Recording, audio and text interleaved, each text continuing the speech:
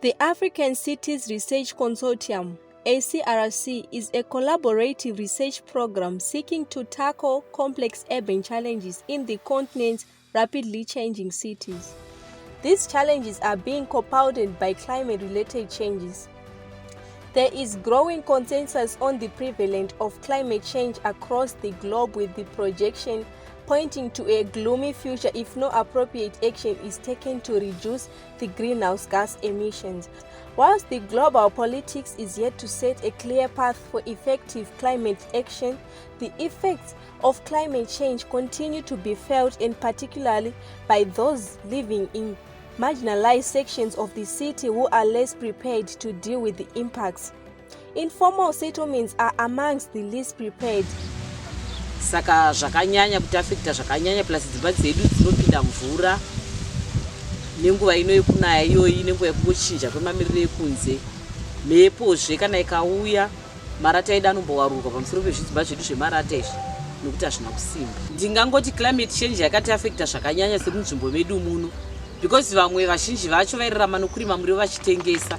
Saka miriwo yakasvika payakafa muminda macho mamusisina miriwo. Climate change is challenging planning laws and legislative frameworks that used to guide urban programming and decision making.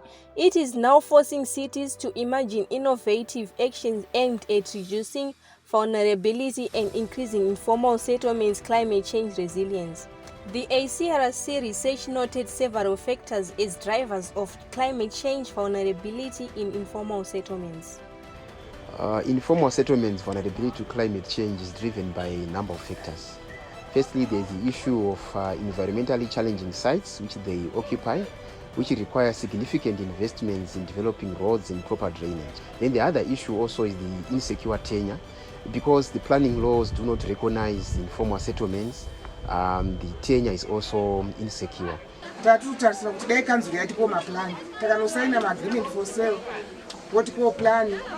Toona kuti totangira papo zvokuti dai kuri kugara kwandakaita kukebhini yangu ndakaisa zviri paplani ndichivaka mubhijana asi ndichizoti pairi pari safe pamumvura inenge isingambokwanisi kana kupinda. Security of tenure hatina chatiri kugona kuti tiite paground. Chatakangoita kubvira tangonzi nekanzuro stand still kusvika takuudzai zvokuita.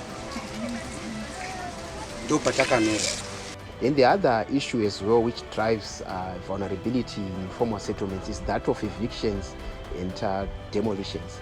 Because of the legal aspects, informal settlements are at a constant threat of evictions and demolitions. And this also affects their capacity to engage in any any resilient capacity building exercise within the informal settlements. Because hatina umwe munhu atokwanisa kuudza nokuti kanzo inenge ichiti makagara zvisiri pamutemo, ende kugara kwatine takaita kunenge kusiri pamutemo zveshuwa.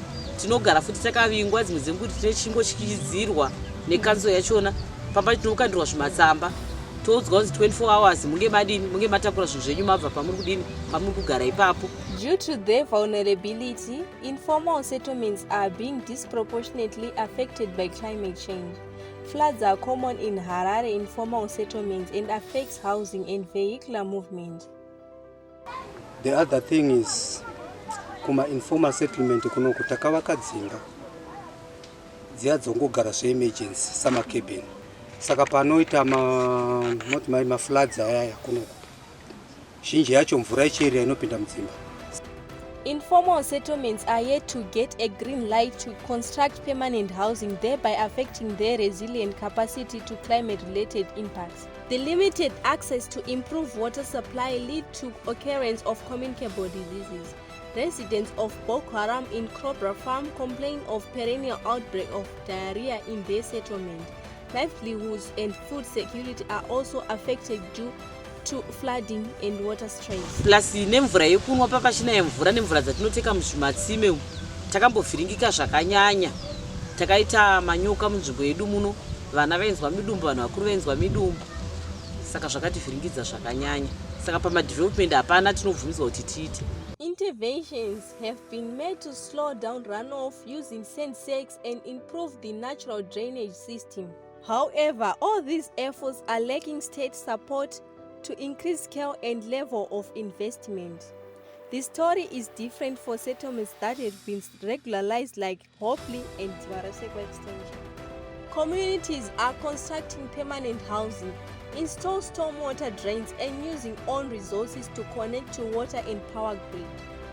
The ACRC informal settlement domain is proposing an inclusive and comprehensive slum upgrading practice, which is expected to improve their climate resilience capacity.